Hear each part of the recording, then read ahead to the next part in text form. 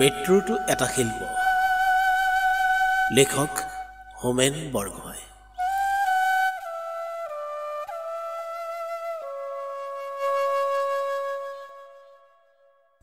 Albert আইনষ্টাইনৰ ৭৬ বছৰ বয়সত মৃত্যু হৈছিল। তেওঁ মহাধমনী ৰোগত আক্ৰান্ত হৈছিল।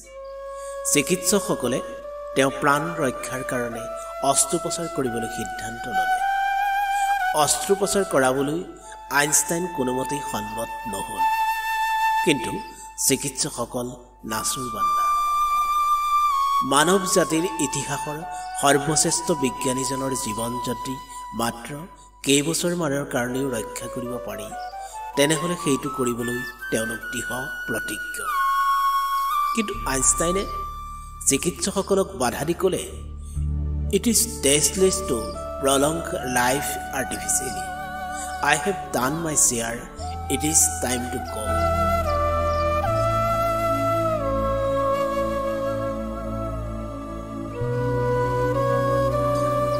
আইনষ্টাইনৰ ইচ্ছামতেই তেওঁৰ অন্ত্যেষ্টিক্ৰিয়া সম্পন্ন কৰা হ'ল, কোনো ধৰণৰ ধৰ্মীয় সামাজিক অনুষ্ঠান নকৰাকৈ।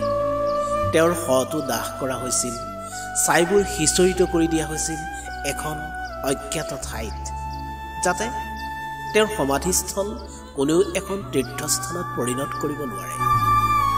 মৃত্যু এনেকুৱাই হোৱা উচিত। মানুহৰ যেতিয়াই মৃত্যু হয়, তেতিয়াই তেওঁক ৰচিসন্মতভাৱে মৰিবলৈ দিব লাগে।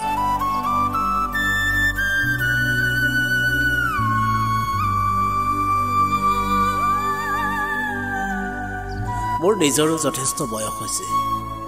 মৃত্যু খুব বেছি দূৰত নাই। মই বহুদিনৰ আগতে সংকল্প লৈ থৈছোঁ যে কৃত্ৰিমভাৱে মোক জীয়াই ৰাখিবলৈ মই কোনো চিকিৎসকক অনুমতি নিদিম। মই এজন সামান্য মানুহ, কিন্তু মোৰ অন্তিম সংস্কাৰ হ'ব লাগিব অসামান্য মানুহ এলবাৰ্ট আইনষ্টাইনৰ নিচিনাকৈ। জীৱনৰ অনিবাৰ্য পৰিণতি হ'ল মৃত্যু। মৃত্যুক কোনেও জয় কৰিব নোৱাৰে। মৃত্যুক সুন্দৰভাৱে গ্ৰহণ কৰিব পৰাটোৱেই হ'ল মানুহে জীৱনত শেষবাৰৰ কাৰণে কৰিব পৰা আটাইতকৈ সুন্দৰ কাম।